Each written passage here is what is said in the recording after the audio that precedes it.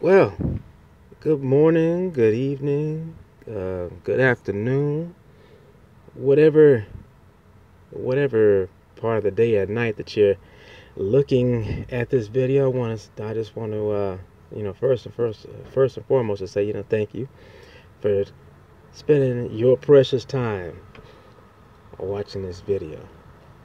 Well, um I hadn't done any videos in a while, and I've been intending to do some videos to keep up my video vlogging.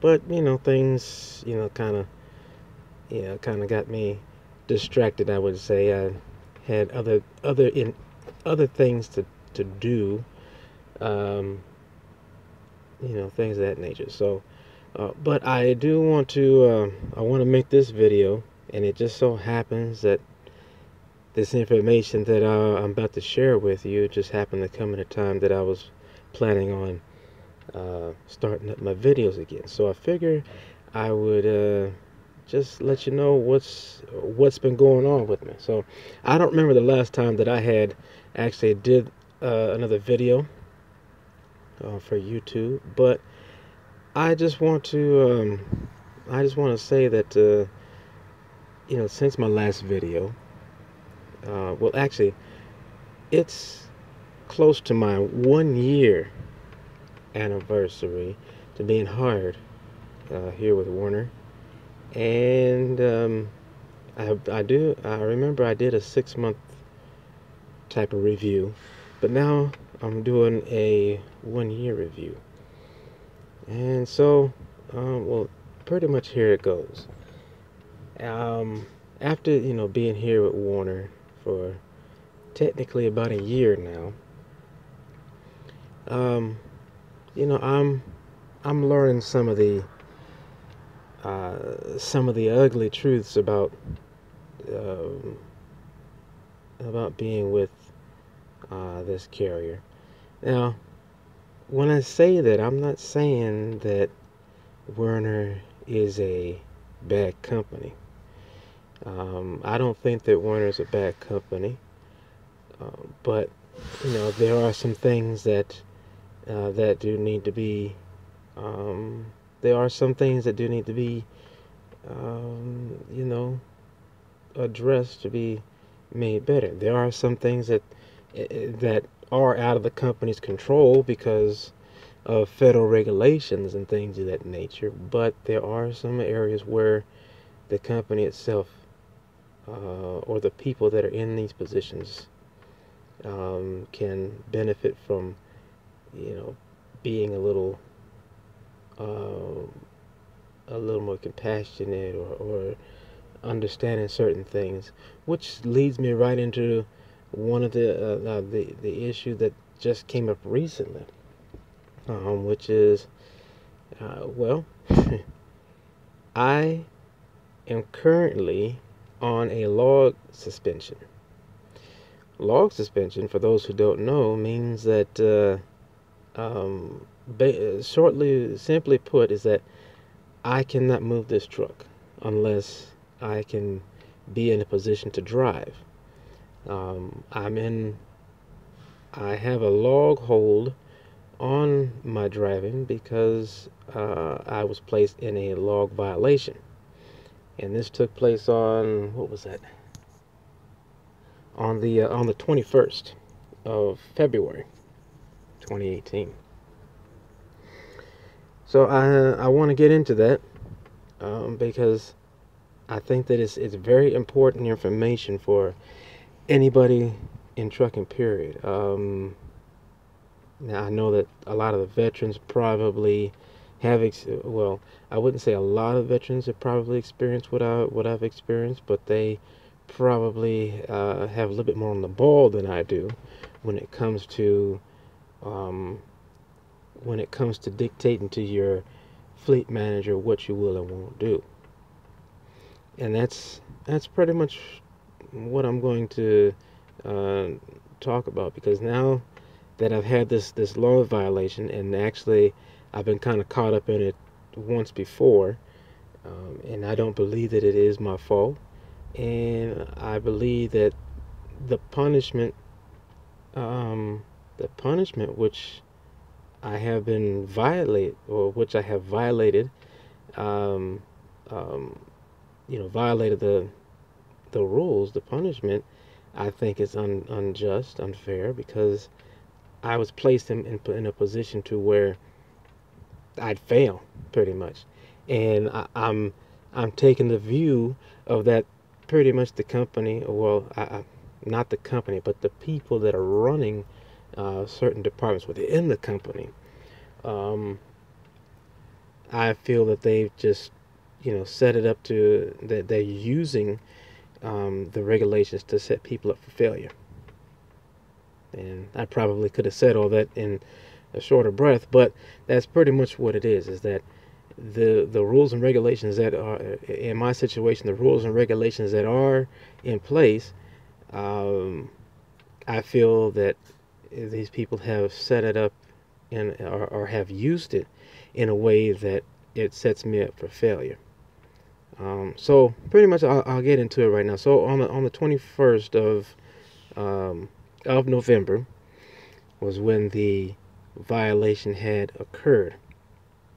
I was in Southern California, down in the I was down in the Moreno Valley area, and I was at a shipper, and I was waiting, or I was, excuse me, I was at the consignee. I was waiting to be unloaded, and I was it turned out to be a typical day where I just go in, get unloaded. If I'm on a live unload or live load, whatever the case may be, the thing is to go in. If it's a live unload like what I had, you go, you you let the consignee know that you are there to be unloaded, and they unload you, and then after they unload you, you're on your way. Simply put. But the long version is that sometimes there are some complications to doing this.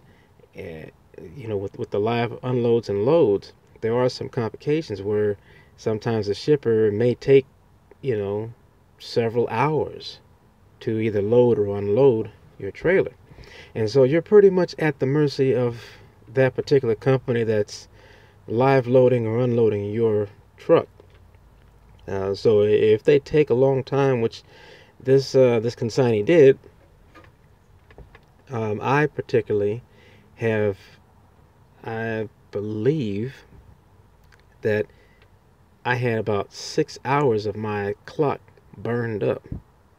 Probably not. I'd say at the most it was 6 hours of my clock that was burned up at the consignee, and that was just simply just waiting for them to unload me.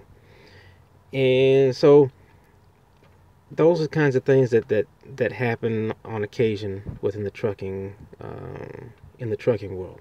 Those are the kind of things that you're going to have those kind of days. So the problem came with afterwards, where I was finished with the unload and I was now empty, and I was in Moreno Valley and I got unloaded there, and I got another load. I got my load information to go and pick up a load at a shipper, and that shipper was out in what's it called? It's called Foothills Ranch, California, which is about 60 miles away from Moreno Valley. So if any of you all know anything about um, the Southern California area, you know that it does get kind of congested, or actually really congested at certain times of the day. So so at the end of the consignee unloading me, I only had just a few hours of drive time actually left in the day. My 14-hour clock, which is the clock that allows me to actually do my 11 hours worth of on-duty tasks, such as driving, or maybe having to do some kind of on-duty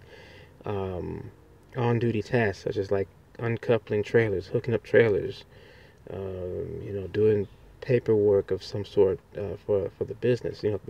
Those things. Anything that's considered on duty, I have 14 hours to get my 11 hours worth of on duty / drive time completed. So I only had a couple hours left in my 14-hour clock, and so I also had plenty of on duty time / drive time, but I can't utilize that time. As a matter of fact, to be exact, I think I had that day for on duty time. I could have had at least a full 8 hours left of on duty time, which is running off of the 11-hour clock. But I can't. I wouldn't have been able to utilize all that because my 14-hour clock was down to 2 hours. So, but I'm like, okay, so I get my my shipper information, and I calculated, the time that it would take for me to get to the shipper, because I am low on time, and my whole thing of monitoring my time is to ensure that I don't go over my 14 hours, my 14-hour clock, and so with that in mind, I did everything that I was taught, and things that I've learned on my own on proper trip planning. So proper trip planning consists of taking into account how long it's going to take for you to get from point A to point B. Think of all of the scenarios of what could hinder you, what could pretty much everything. So when your trip plan is you're planning to you're checking to see if you're able to make your destination within the time that you have allotted. And so in this case, with 2 hours left on my day clock, I was able to calculate that I would have enough time to actually make it to the shipper, and so I could make it to the shipper. So, and I was thinking, well, okay, well, if I make it to the shipper with plenty of time, then I can probably stay at the shipper until I have gained enough time to actually move the truck again, and hopefully, if everything plays out just right, maybe being at the shipper and with it being a live loading situation, if it's going to take a while for them to load my truck, all the better, because hey, I can't move anyways.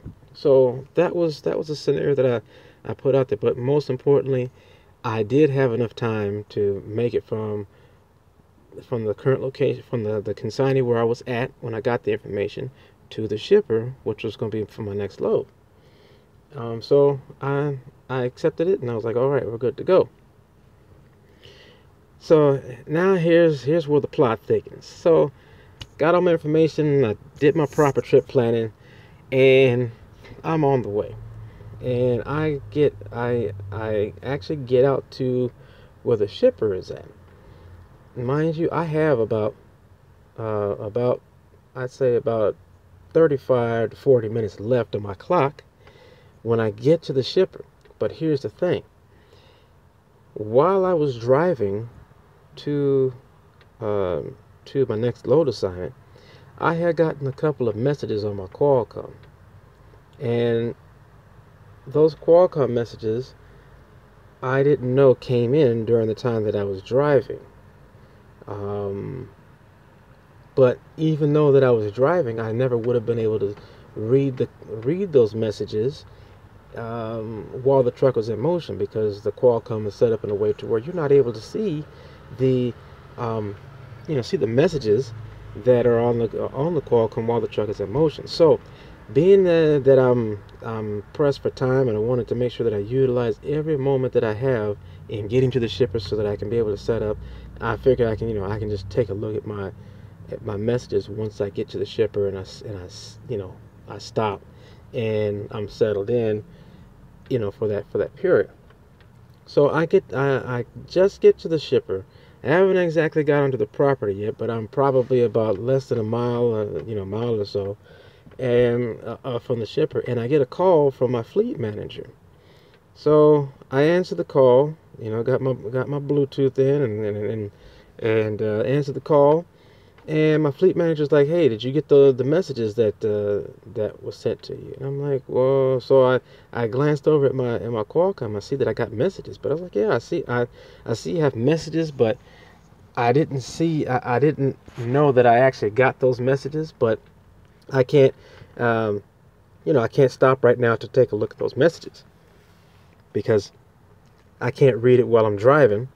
And I'm just right around the corner from the shipper. Well, he tells me, he says, "Well, um, those messages were because your load that you initially got there to go to the shipper have been canceled on you, and you have been given a new load, and so now you have to go and get that, you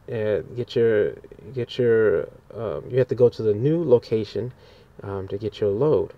He said that the planner that planned all this had switched up my loads unexpectedly. So he immediately put himself out of the equation by saying that, well, my fleet manager, yeah, he immediately put himself out of the equation, saying that that the planners who apparently give out the load informations to where the fleet manager um, then hands that over to the drivers on their board. That's how it's explained to me. So he says, well, the planners had um, changed your load information. So with that being said, now I'm like already, or pretty much already at the original location where I was told to go pick up a load. I'm literally like right around the corner when he called, and so I says, "Well, I'm already here at the shipper," and he's like, "Well, yeah, that's no longer your load, so now you're gonna have to go and get the load that's now been assigned to you." So what I did was I I tried to find the safest place that I could find, to stop. And so where I had stopped was just short of where the shipper was at, which is right on the same street as where they was at. But because I'm no longer on that particular load, well, I have no business at that particular shipper. So I stopped at the road, or on the road, because needed to check my new information. And so I checked this new information, and the new information, or the new load that I got to pick up, is back in Moreno Valley. Okay, so I just drove 60 miles away from this location to find out that I got to go back another 60 miles to pick up a load. Well, by this time I have only 30 minutes left on my clock to do anything, drive, be on duty, whatever. I only have 30 minutes. So now everything that I planned for, out the door. No longer useful, no longer valid. I now have got to reassess my position now. I now have to reassess with the time that I have left. I now have to reassess what I'm going to do now with the time that I have, and see how I'm going to be able to accomplish this. Okay, I'm in Southern California. I got 30 minutes left on my clock to be legally on duty, but I got to drive 60 miles plus to a shipper. So if you do the math, that's going to count up to a violation if I go through with making it all the way to the shipper. So obviously I know that I can't make it to the shipper. So I relayed this message to my fleet manager. I tell him, I says, "Hey, I got 30 minutes left on my clock, 60 minutes to, about 60 miles to get there, and I got to go through traffic. Okay, there's a lot of traffic. Not a good combination. I'm not gonna be able to make this, And I'm like, well, hasn't doesn't the planner know all the stuff that that I'm not able to make this? So my fleet manager's like, oh, hey, don't worry about it. Just go ahead and shut down, and you can get to the shipper when you're when you're done with your break. I'm like, okay, that's cool. I can do that, as long as I know that, hey, I'm not gonna get dinged for, being late for arriving for a shipment. But, you know, with me telling him that I only got 30 minutes left on my clock, and it's 60 miles to the shipper, and telling him that, hey, I'm not gonna be able to make it, you know, that that should have raised some flags there, saying, hey, well, okay, well, maybe we can find something else for you, or what have you. But other than that, I was like, well, okay, I need to go find a place to go shut down. I need to go find a place to go stop that's safe and legal, and I need to go shut down. Okay, so now, being that said, I'm down in Southern California, heavy traffic. It is not truck friendly as far as parking is concerned. So I'm like, dang, where am I gonna park at? There's no places that I know of that I can park. So my so I'm like, okay, well, I gotta think of places that I know that I can be able to park. So one of the first things that I thought of was like, okay, okay, so truck stops are a good place to go and park. Okay, but being in Southern California, there is not very many truck stops. Um, the only truck stop that I'm aware of, well, there's only like a couple of truck stops that I'm aware of, and one of those is in well, I don't even know if the one in Long Beach is a truck stop. From what I understand, it's a truck wash. So I don't know if they actually have truck parking there, but that is just even further out of my way. So that's out of the equation. Okay. So I'm also thinking, okay, well, is there any places that I can go any businesses that I can go to that has a large parking area that I can stop? Well, usually Walmarts will have some parking available for trucks, for them to and that's usually where a lot of truckers will go, is to a Walmart, that so that they can get their supplies and stuff like that going to the store. But there are some Walmarts that, excuse me, there are some Walmarts that don't allow trucks, and so they don't allow trucks, and some of the Walmarts are designed to deter large trucks like myself from actually entering their property. So so it was at least a gamble. Okay, so I'm like, well, that's the best thing the best thing I can do. It's on the way to the shipper, so I figure I'll go ahead and try and get as far as I can, and try and find a Walmart that I can go and just stop at. Well, there was a couple of Walmarts that I came across along the way. However, those Walmarts, I couldn't get access to, just basically because either the parking area was not designed, to be able to house trucks. Maybe they might have a back alley or whatever for deliveries and things like that, but that's about all that they have in the way of truck parking. So, same thing there. If I don't have any business there, I can't be there. So, there's a couple of different Walmarts. And now, there was another Walmart that I found that looked like it had suitable parking, which I looked at my Google Maps and everything like that, and I found a Walmart that looked like it had suitable parking. So on the way there, once I got to the particular off ramp, where that Walmart is at, I get to the off ramp, and I'm greeted by a sign that says, "No bueno, no trucks, no trucks."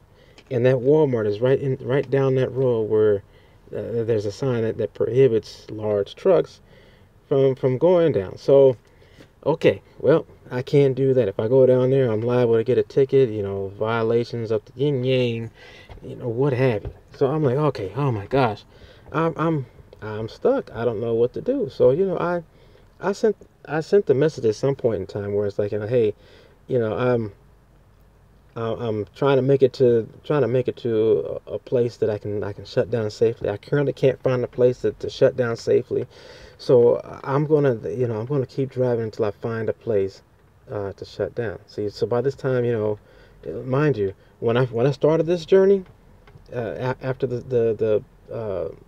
after the load information changed on it, I had about 30 minutes on my clock. So with me going looking um, for places to park, obviously I don't have 30 minutes no more. So I sent out that message. I'm like, hey, I'm looking for a place to park. I can't find any places to park. I'm going to keep going.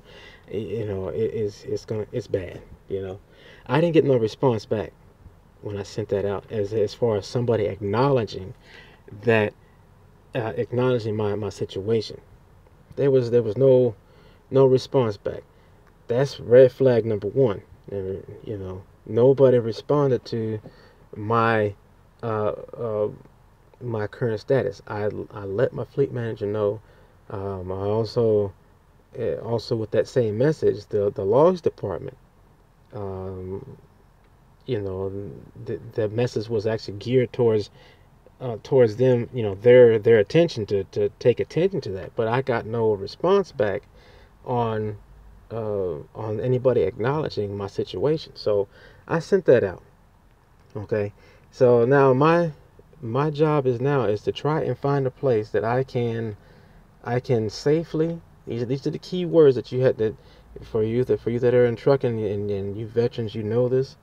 But for you that are new, the key things that or at least that I was taught, was that you need to find some place that is safe and some place that is legal. Okay, and it might be more, I don't know, but those are the two things. You need to find some place safe and some place legal that you can park the truck and take care of your brake. So I'm not able to find a place that has at least those two criteria. So I have to drive. I have to keep going. Otherwise, if I stop, I'm going to block the road. I'm going to block something. I'm going to be in violation. I'm going to have a parking violation because I'm stopped in a place that I'm not supposed to, whether if it's because it's not safe, not legal. So anyways, after that, I'm like, this is not good. I don't know what else to think of. Then I thought, wait a second, where am I at? I'm in the area where my terminal is at, in Fontana.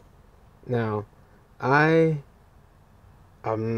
not too far from Moreno Valley. I'm probably maybe about 20 something miles. Yeah, I was about 20 something miles away from from my load that I had to go and get. So I was close to Moreno Valley. I was probably in like the Lone Park area, you know, up in that area, Ontario and places like that. So I'm like, well, only place that I can figure out right now is going to my terminal. It's totally useless right now to keep trying to find some place that I can legally and safely sit down and take my break. So I'm like, well, okay, well, how long is it going to take me to get to my terminal? So I look and calculate that, yeah, I'm going to go over my 14-hour clock just to get to my terminal. And basically it's just because of traffic.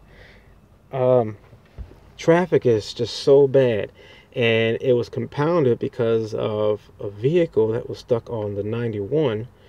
It was stuck out in the fast lane. And this is what really irritates me, is that people are sitting there rubbernecking, looking at this stalled vehicle with tow truck and police and all this kind of stuff.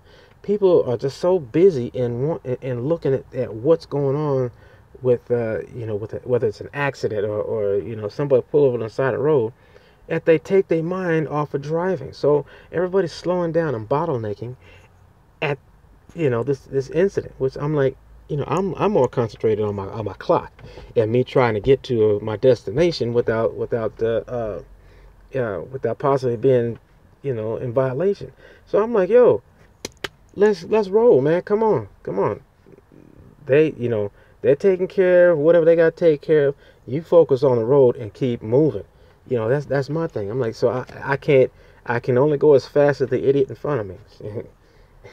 um, I can only go as fast as the person in front of me. So of course, I mean, I'm stuck in compounded horrible traffic. So I'm doing parking lot speeds on a freeway, and I still got about several miles to go to actually get to the terminal now. Now that I've decided, well, I need to go, I need to go somewhere where I know for 100%, I'm 100% sure that I have someplace safe and legal to park, which is my terminal. So I'm having to fight the traffic to actually to get to my terminal. So okay, so fast forward, I get to my terminal and I go ahead and shut down. I look at my clock, and I'm about an hour and 15 minutes over the 14-hour the 14-hour rule, the 14-hour clock. So there again, now that I shut down, I send another message on my Qualcomm to both the logs and my fleet manager, saying that, hey, I finally made it to a safe haven, and I have gone over my 14-hour clock. Nothing I could do about that. I had to find a safe place. The options that are normally available to us drivers to avoid a 14-hour log violation, I was not able to utilize. One of the things that I've been told is that we can have a police escort. Now, I've been in these situations before where I was running out of time or ran out of time, and I needed to get someplace safe. I've called the police or the local authorities to have somebody escort me somewhere. I have never been able to find an apartment that will take the time out to send one of their officers out to where I'm at to escort me to a safe haven. It don't really make sense to me. I'm still driving, but yet I'm gonna have a police officer escort me. Well, okay, if that's an exception, okay, whatever. I'm not gonna sit there and argue about that, although it doesn't make too much sense to me. But anyways, whatever. So the other option is to have a tow truck tow my truck to a safe haven. Now, there are a couple of problems with that, at least with people who have automatic transmissions. I don't know if they have to do I doubt you have to do anything with the truck that has manual transmission, because all you gotta do is put that thing in neutral and hook it up and tow it away. But for me, I drive a manual truck, or excuse me, an automatic truck.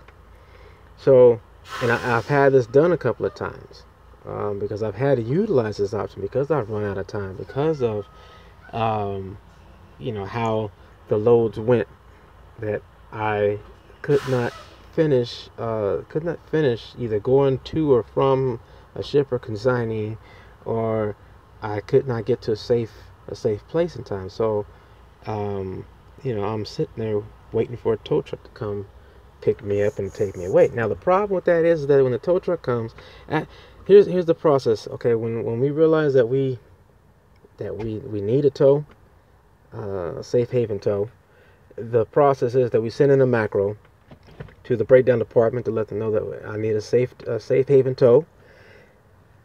And what happens is that the breakdown department will either send a message back to you or call you back or do both.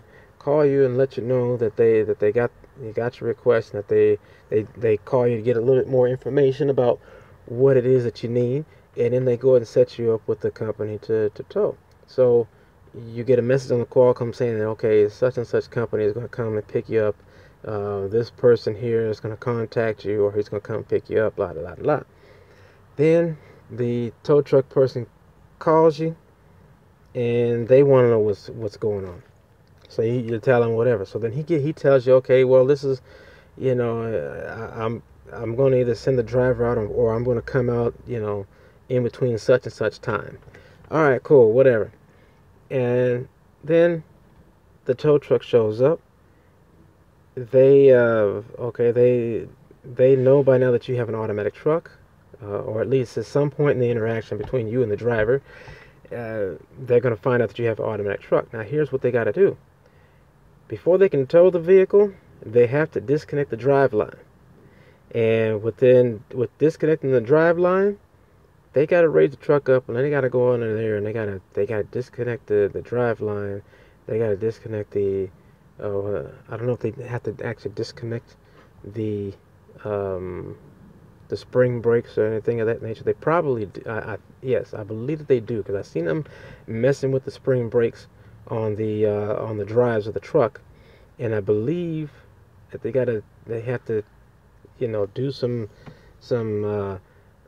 maintenance on the spring brakes in order to keep them from engaging, because obviously they're going to shut the air system off to the truck, because they're going to be supplying their own air system from their truck. So yeah. So they do something with the spring brakes on the drives. They disconnect the drive line on the truck, and then they secure the truck. They hook up the air lines, the signal lights, and all that kind of crap. They check to make sure that the trailer's all secured and locked on there, and then boom, then they go ahead and they take you to where you need to go. Now, in determining where the best place that you need to go, if you ever have to get a tow and they have to disconnect your drive line, there are quite a few tow truck companies that will not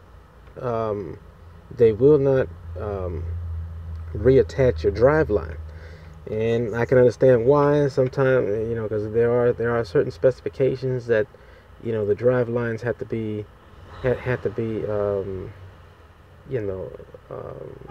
maintained, adjusted, reassembled by qualified technicians. So most of these heavy haul tow truck drivers are not going to reinstall the drive line because of technical complications. So once they tow you, a lot of times they'll drop you off and just leave you out to the wind to do whatever. So in this case, your best option is to have yourself towed to a truck stop that has a maintenance facility, or if you're in the area where your terminal is at, you go and you go to your terminal. Excuse me. So I've had those options before, and I've where I get dropped off is limited to where I have to. Is limited to one of those two places, because I need to make sure that my drive line gets put back so that I can be able to drive and get back in service. So anyways, so now with that option, that's the other option, is that for a tow. But now here's my problem. Going back to where I was at, I'm in Southern California. I am on roads that I can't pull over. I can't pull over to a safe area. I can't pull over to brake, and I definitely can't pull over to call for a tow. I mean, because that's the whole reason for the option for the tow, is that you got to stop, and if you stop, you got to stop in a place where it's safe and legal, point blank. Okay, so those options are out of the question for me. Can't call the police. It's going to require me to stop. There again, I can't stop. But on top of that, with my experiences with the police departments, they don't want to have to do this. They don't want to have to get towed. They don't want to have to escort. Now, I did have the police one time um, escort me, and that was in Utah. And that was because I pulled over on the side of the freeway, and I pulled over to take my break there. But a police officer um, rolled up sometime later on the same freeway, and he told me that I had to move. And after explaining to him that, hey, I can't move because it would disrupt my downtime. I I told him that if he is able to escort me to a safe location, I'd be happy to move. Now I could tell that he didn't want to do that, but because I told him that that's what I need to do to in order to move, and because that's a rule or regulation, he really had no choice but to do it. So that was one instance where the police has actually escorted me. But every other time where I've called the police or the highway patrol or whatever local authority is in that jurisdiction, they generally won't do it. It's like they got better things to do, which I understand. They got better things to do than to babysit a truck driver, while they're going to a place where they can actually be safe. Hey, I don't really blame them, but at the same time, this is my life, and in order for me to actually, in order for me to actually stay out of trouble and not risk losing my license and risk losing my job, hey, I'll play the game as much as I can stomach it, as much as I can stand, or whatever, until I just say, hey, I'm just gonna get out the game. So at this point in time, it's not a big deal for me. Not a big deal. So anyways, so that was that one instance, but typically they don't do it. So they're gonna have to stop. Can't stop. No place to stop. Towing. I have to stop, but there's no place to stop. So the only other option is to just keep moving and just find a place to shut down. Even when I've called in to the safety department, to the safety department on several occasions, I'm like, hey, I'm not going to be able to make it, make it to a safe place with the time that I have, and I'll, the logs and safety will be like, well, yeah, it's logs department. They'll say things like, well, okay, well, as soon as you're able to find a place to shut down, shut down. All right. And I typically haven't had a problem with that before, but for this particular reason, I don't know why. I don't know why it was such a big fiasco. Oh, well, you were in violation. Well, yeah, I realize that. Anyways, so I did make it. I made it to my terminal, made it there safely, and as soon as I shut down, I sent out a message stating, what the issue was, and that I had went over my time, and there was nothing that I could do about it. I first tried to utilize every available option to me, and none of those options were available to me based upon the circumstances and the situation that I was in. So the only other option was just to gun it for the terminal, and that's pretty much what I explained into the message. There again, nobody responded to the message that I sent out. Now, whether or not they saw it or not, I'm pretty sure that somebody saw it, but it don't look good when you don't respond acknowledging that I had an issue, or before I started. It doesn't look good when you don't acknowledge that, hey, I told you that I have an issue and that there's going to be problems, but nobody has spoke up and said, well, hey, okay, based upon the circumstances, we're going ahead and we'll just overlook it or what have you. Nobody and I mean nobody, fleet manager, the safety department, the laws department, nobody nobody had addressed my issues. And nobody says, hey, well, okay, well, based upon the circumstances, hey, I understand. Okay, just get to where you need to go right away, ASAP. I understand that there are that federal agencies do log audits and things of that nature. But it is really hard for me to believe that any of these agencies are going to be that that gung ho about log violations without a good excuse for violating those issues. I mean, somebody who now I know there are people who are in positions of power who just be total assholes, and they'll do things like that. I totally understand that, but I'm trying to give the benefit of the doubt to who's ever in that position that say, hey, well, based upon the circumstances of what had happened, this is something that couldn't be avoided. Therefore, this person is okay. But no, um, that's where I was set up, set up for the okie doke, set up for the downfall, yeah, get up for the downstroke, pretty much. So, um, so didn't hear anything about it. There was no mention about nothing. The next morning, all I got was a message on my Qualcomm stating that, that I was in violation of my 14-hour rule. Okay, it's just a standard message that comes over to Qualcomm. I don't know if it's computer generated or if it's somebody that actually sends that message out after reviewing the logs and notices. But if it's somebody that's actually sitting there looking at the logs and notices this stuff, if it's somebody that's actually looking at this stuff and they don't and they still issue the log violation and they don't look at the information, whether if it was phone calls, because I made phone calls stating this, and I also sent messages on the Qualcomm stating that, hey, I'm going to be in violation here. So if it's somebody that's sitting there watching or looking through the logs and noticing this stuff, and they still send a log violation message without looking at the circumstances of why the violation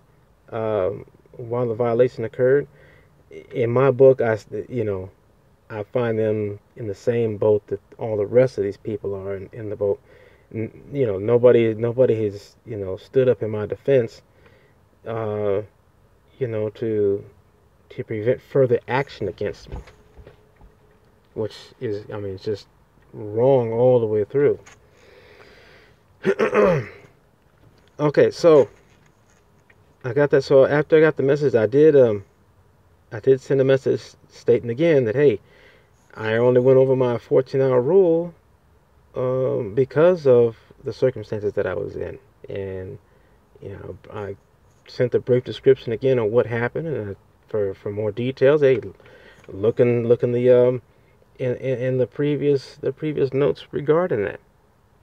So, and there again, even after sending that, I didn't get no response. Nobody responded to that particular message. So, there again, management across the board declined to speak on that. Everything else they go ahead and speak on. Hey, I'm gonna deny this load. They'll get on the Qualcomm and they get on the forum right away. Well, why are you denying this load? Why are you gonna? No, we need you to get on this load. Da da da da. Yeah, they're on top of that. But when you're saying, hey, I know that I'm going to violate my 14-hour rule, and there's nothing I can do about it. Dead silence. Nobody. They act like they didn't even see it. That's why I think that it's wrong. I think that it's wrong, wrong, wrong. And I'm putting this out on video because I want other people to be aware of the game that's out there. If if your company does this kind of stuff, beware. Just beware. Um, Now, there again, like I said, I'm not thinking that that my company's bad or that other companies are bad, but you know, you do have people who are in positions that can make the company look bad because they're, you know, to you they are the face of the company, just like you going out there making these deliveries and pickups for these businesses. You are one of the many faces of the company that you work for. So you got to look at it that way as well. Um, so so for your fleet manager, the laws department, safety department, to you, they are the face of the company to you. You know, technically you are the company to them, but actually, uh, you know, some people would say that you are their slave. So it depends on how you look at it.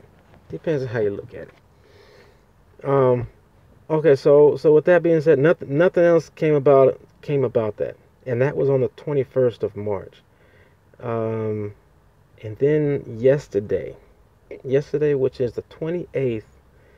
Oh, excuse me. Did I say the 21st of March? It's 21st of February, and then on the 28th of February, which was yesterday, um, I go and drop off a load, and you know, right now um, I'm currently in Atlanta.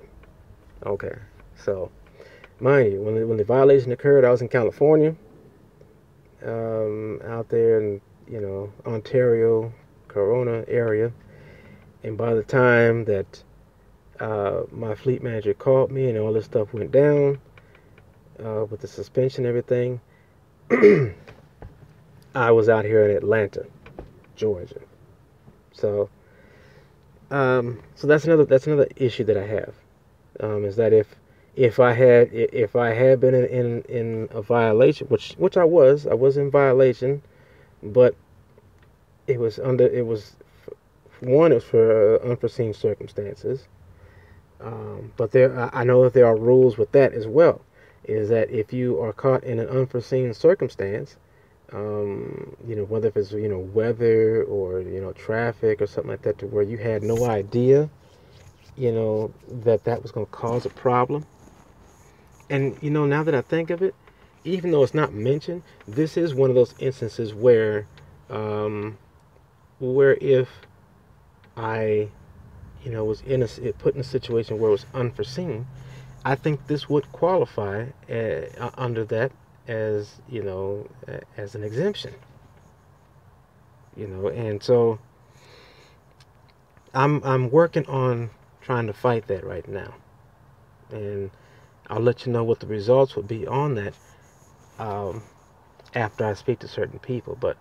Um, but anyway, so I get the call yesterday by my fleet manager, yeah, or get a message over the Qualcomm, and he tells me that after I drop the load, that I need to go to the Atlanta terminal, or actually it's Lithia Springs, which is just outside of Atlanta. So I had to go to the terminal, and then I had to call him up. So I'm like, okay, but then I started thinking, I was like, why is it that I gotta do that? And I'm like, something don't seem right about this. Nah, nothing. It don't seem right at all. So I'm like, all right, whatever. So I'll go. And as I'm driving there, I'm like, you know, I don't know. Maybe something seems to me like I'm gonna get flagged at the gate to go see safety or whatever. So I get to the terminal, and I see the guard shack at the entrance, and sure enough, he says I gotta go see safety. He can't tell me why. He just knows that I gotta go see safety. So I drive in, and I pull into a spot, and before I go in and see safety, I have to go. Well, I called my fleet manager, because I said I'd call him as soon as I got in to stop. So I get in, and First thing he says is like, how you doing? And immediately right there, I'm like, something really is off, because he don't ever ask me how I'm doing.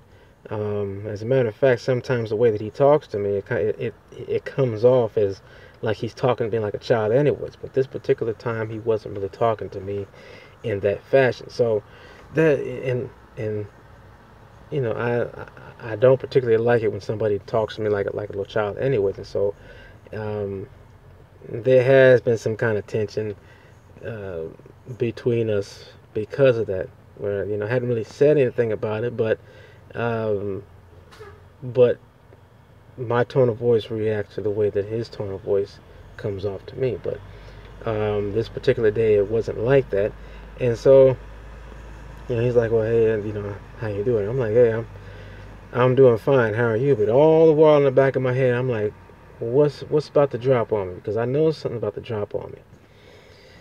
So he says, "Hey, I gotta get you in a conference call with the logs department. It seems like you have a log violation, which is going to put you in a 72 hour. What did he call it? What's the word that I'm trying to find? I can't think of the word right now. But anyways, I'm being put out of service for 72 hours, just because of this law violation." So anyways, um, so I'm like, "A law violation? What's happening? What do you mean law violation?" And he's like, "Well, it looks like for the 21st of February," which jogged my memory. I was like, "Oh, okay, I see what it is." But then I'm like, "Well, I don't see why I should be punished for this, because I really was not, you know, I was not in a position to, you know, to put myself down." So he's like, "Well, you got to talk to him, and you know, they're probably gonna put you on a that's the word, suspension. They're probably gonna put you on a suspension, 72-hour suspension." So I get on the phone with the logs department, and immediately I'm on the phone with this one. I hope this dude didn't just back into, take off somebody's mirror or something. I don't know. I'm gonna have to make a video on that here pretty soon. Anyways, so during the conversation, I'm just make it a little shorter here, because I see already 57, 58 minutes into the end of this thing. So anyways, we was conversating, and to make this portion of the story short, it came off with this lady in the laws department. It came off that she pretty much was like, "Well, you know, you're going to be on a 72-hour suspension, basically because you were in violation of your 14-hour clock." Now, with the conversation that we had, I was getting highly upset, because she was trying to tell me everything that I could have done, should have done, to avoid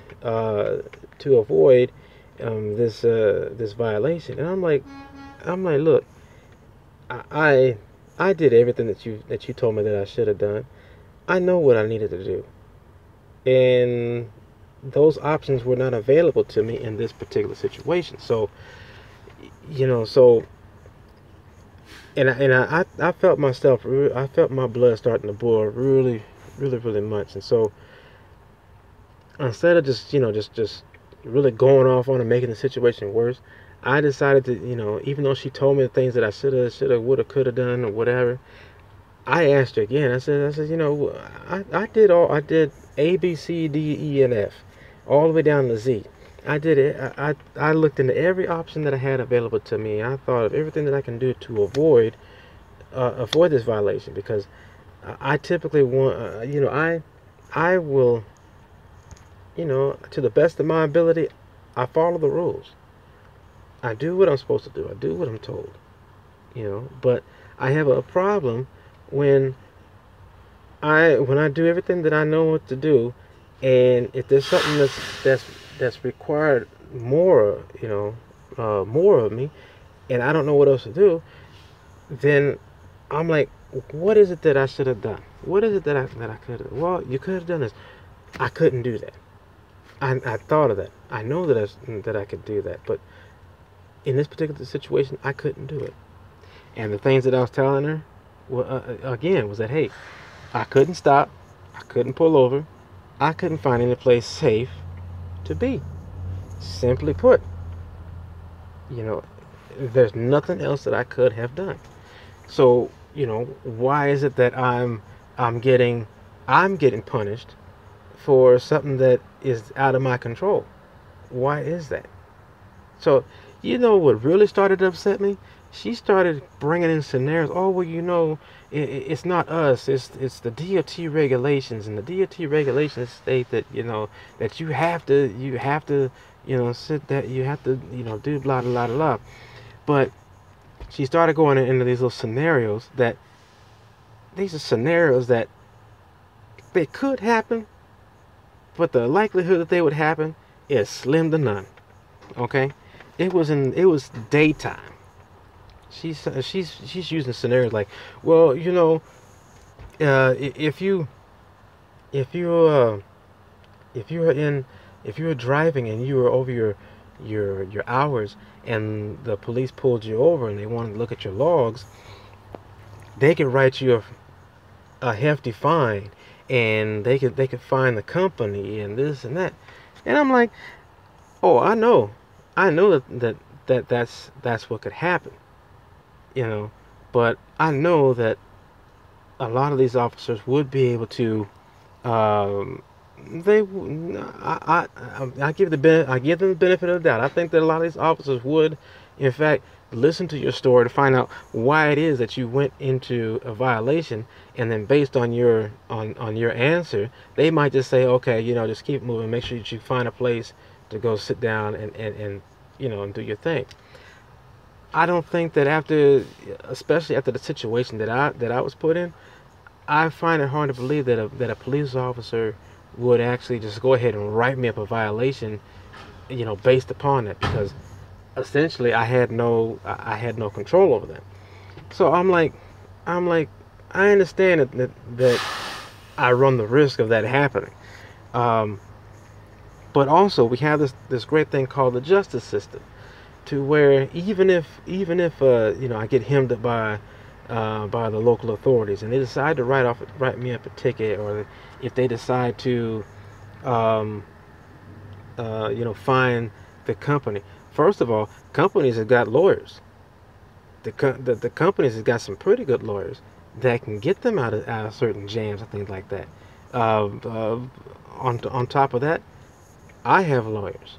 Okay, I have lawyers myself. So if I get caught up in a jam, I have lawyers that I can consult with to help me get out of the situation. So there are, you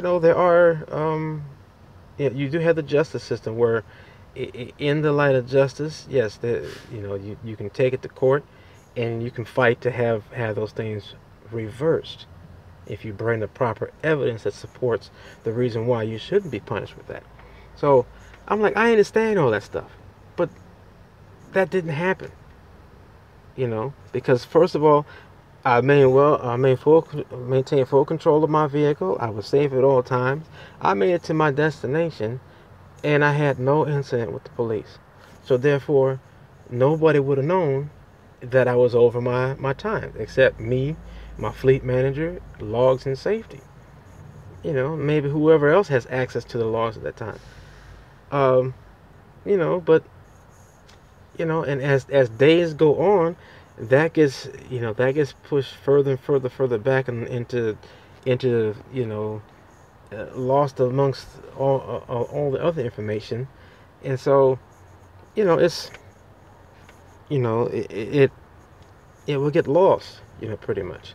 So I'm aware of that, but there again, I had no way of avoiding that. Then she was talking about, oh well, what if some drunk driver was driving on the same road that you was, and they hit you, and the police officers again looked at your laws and found that you were in violation.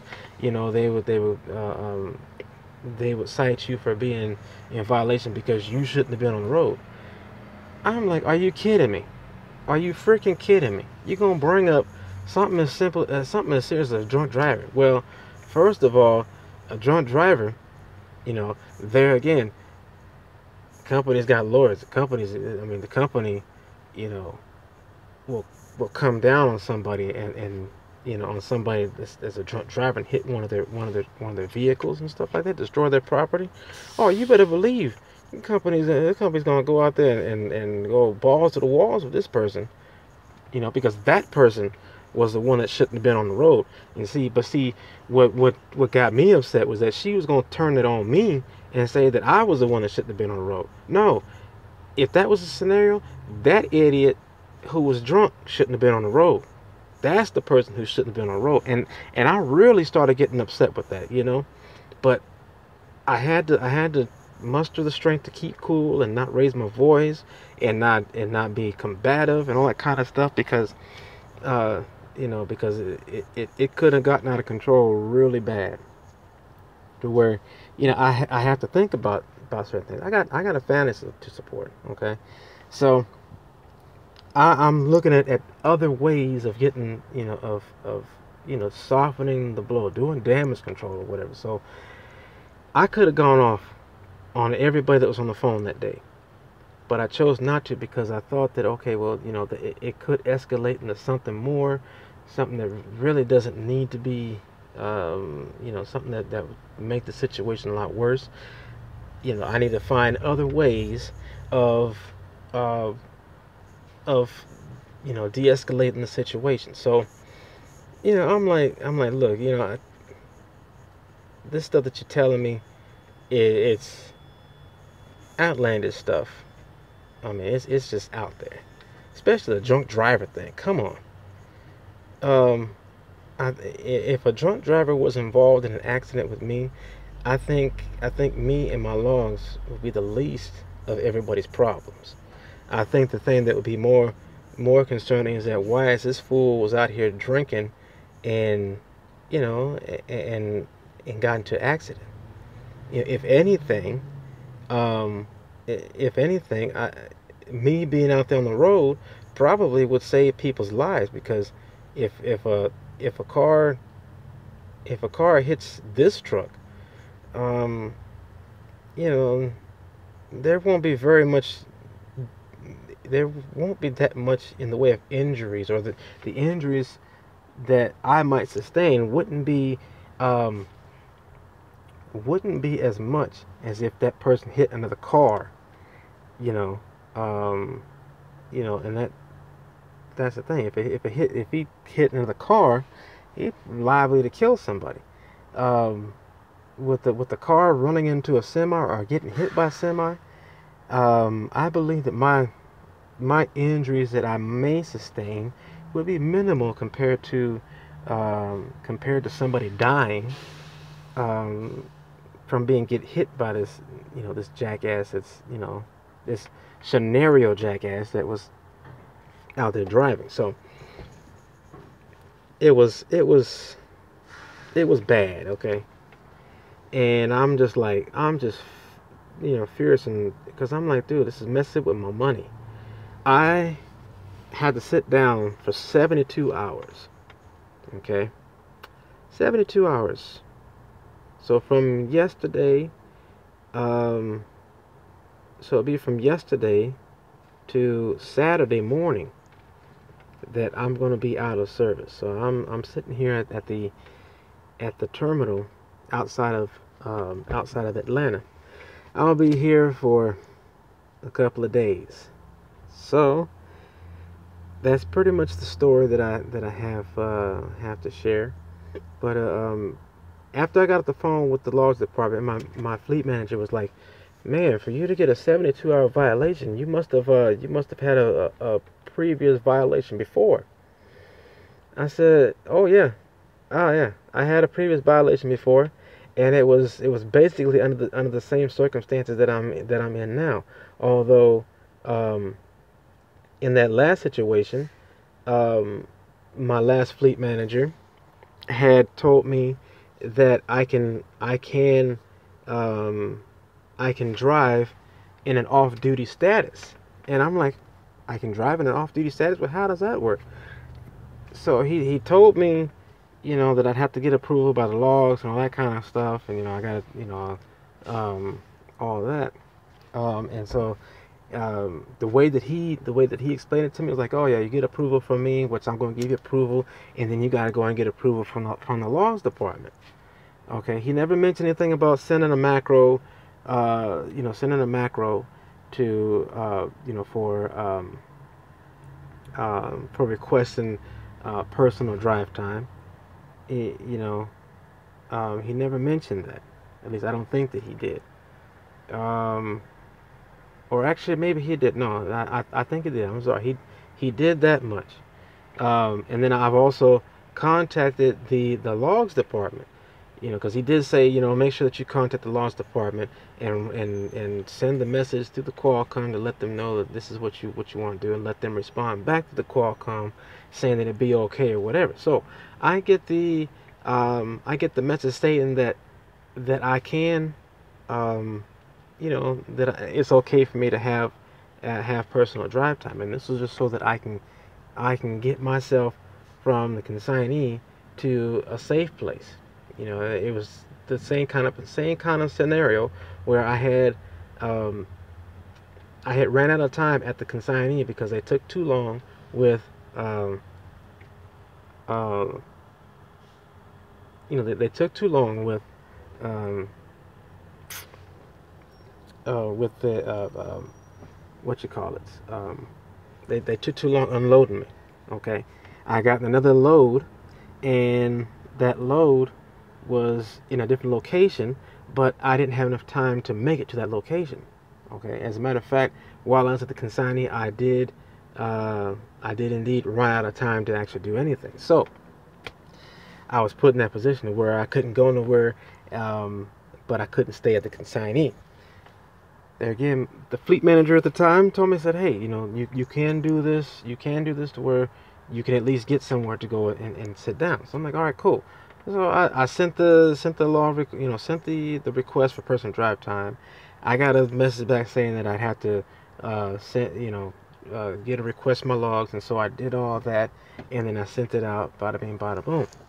Then I also called up the logs department to let them know that, hey, I sent this request. I got the request back saying that I sent the logs out, blah, blah, blah, blah. And I just want to just verbally communicate with you to see if it was okay if I can take this person's drive time. Boom. And it says, okay, it's good to go. So without me, I'm like, is there anything else that I got to do? I'm told, no, you ain't got to do anything else. Just go ahead and go. So, me, silly old me, I'm like, okay, cool, bing, I'm good to go. I'm thinking that's all that I got to do. I go ahead and I start driving, and nobody told me that I had to change my, nobody told me that I had to change my status to off-duty drive. I didn't know that option was available. So there, Qualcomm logged me as violating, violating my 14-hour rule. And so I drove all the way to, now here's the thing. I drove to a place that my fleet manager told me that there could be some parking. I drove there and come to find out there was no parking there. So I had to take off and find another place to park. I knew of a truck stop that was close to where I needed to go to go pick up. So I'm like, well, there is a truck stop that I know that does have parking. So I'm gonna have to go there. I informed logs again about that, and they're like, okay, just go ahead and go ahead and get there. I get the okay. I get the okay. So I'm still in violation, but I'm not really aware of that because logs are telling me that I'm good to go. So I go and I go and I shut down and I send my messages and whatever, just saying, hey, that I shut down, and I'm gonna be here till my time is up, and I'll be back on the road again. There again, and the same scenario happened where nobody responded back to my to my messages. So I'm like, I'm at a loss for, for freaking words here, So um, anyways, it wasn't until I got on home time to where I had to call my fleet managers, and I had to go through the whole laws thing again, where I had to go and talk with the person in the laws department, and I get hit again, or I get hit the first time for um, for being in violation. But at that time, I wasn't told of the other options that were available to me, such as being a safe haven tow, having the police come and get me, and things of that nature. And um, I just I never was told that, you know. But I was told about this personal drive time option, but I wasn't told exactly how to use it properly, which put me in a violation. And so when I asked my fleet manager in the laws department, I says, "Well, how come I was not told that I had, of all the steps that I have to go through um, in order for me to not be in violation?" I was given the okay by my fleet manager. I was given okay by the logs department. The two departments that that will be like, okay, you're good to go. Why is it that with talking with both of those departments and both of them saying that I'm good to go, why is it that nobody had brought me to the proper steps in showing me what I need to do to ensure that I don't fall into that? And yet I fell into it. And it's like, it's unfair to me because I did everything that I was told to do. I didn't do not one thing more, not one thing less. I did everything that I was instructed to do, and I was given the okay. And so now you hit me with a violation, and you put me out of service. You're punishing me for this, sir. For this. And I'm like, this is just so unfair. This is not right. So right now, this is the second time that this has happened to me. And so now I'm up to a 72-hour violation. Now they're telling me, okay, well, you can't get into trouble like this again for another 6 months. Otherwise, the next time that it happens, you're gonna go on to a 144-hour violation, which is, I don't know, that's more than a week. That's more than a week off. That's more than a week of unpaid, unpaid, uh, um, pretty much quote unquote vacation. 144 hours. Um, we have 70 out. We have 70 hours that we work in our week. So 144 hours. That's almost about 2 weeks. 2 weeks or so, maybe even a little bit more. 2 weeks of not getting, not working, not getting paid. That ain't cool. That is not cool at all. So, this is not looking good. It's the second damn time.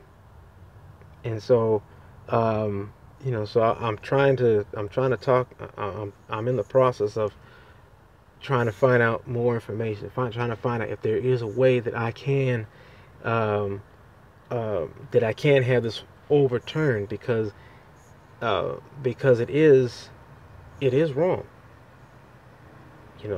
I was put in these situations. It wasn't that I just blatantly, had no regard for, for the rules and regulations that have been set before me. When I signed the papers to sign onto this company, when I signed on to get my driver's license, when I signed the papers, to become a truck driver, I was initially signing up to abide by the rules and regulations for being able to have the privilege to drive. And that's essentially what everybody does when they sign up to get their driver's license. You're not only signing your name on a piece of paper just for the hell of it. When you sign your name on the DMV forms, you're saying that you're going to comply with all the rules and regulations that have been set forth by the local, state, and federal governments in regards to driving. So Like they say, driving is not a right; it's a privilege. Okay, and yes, in the same way with truck driving, driving is a privilege. It's not a right. It's required for me for my job. For me to do my job that I drive, it is required, but it's still a privilege. It's not a right. However, um, when it comes to the way that you're being treated, I believe that you do have certain rights, but you just have to figure out what those rights are and if those rights do apply to your situation. So that's what I'm in the process of doing right now. But yeah, this has been a long video, but that's pretty much what has happened. I don't like it one bit, and I hope that you know I hope that I can save somebody else from having to go through this. So, what I'm saying is just be careful. Be careful what you do. And what I'm probably going to end up doing now is I'm going to be more assertive in what I am and what I'm not going to do. And that's probably how a lot of the veteran drivers, um, I would assume that's how a lot of the veteran drivers uh, ended up learning to do in the first place, because a lot of them got caught up in some dirt and some foulness, and I seem to be one of those that joined the ranks. That as as I'm journeying, as I'm coming over the horizon of a stepping stone, a 1 year anniversary as being a truck driver, and also a 1 year anniversary with being with Warner. um, I'm I am experiencing some of the not so wonderful things in the trucking business in general. Um, Now, I've heard of other drivers who've had some similar situations, and they got dinged for it. There's other things that they have gotten into that gave them a little bit of trouble, and I can understand why some of them act the way that they act. I can see why sometimes they get an attitude about certain things, and why they say what they will and what they won't do. So and it's just a matter of me learning the tricks of the trade myself. And so with this happening, because I want to preserve uh, my license and my job and my way of life, you know, um, I'm going to start doing the same thing. I'm going to start dictating what I am and what I'm not going to do. And and it's like, well, hey, if you don't like it, tough. Because because I mean, with this stuff being on paper, and this is the one thing that I really don't like, is that when somebody looks at the stuff on paper, that they don't look at it as like, oh, well, what are the circumstances behind all this? Behind what had happened? Only thing that they really look at, and a lot of times what they really look at is it's a one-sided view. Is whoever wrote this information down on your personal file, that's the view that they normally get, unless they decide to dig in a little deeper and find out what your side of the story is. Because your side of the story is going to bring to light the reason why their side seems to be so damn bad.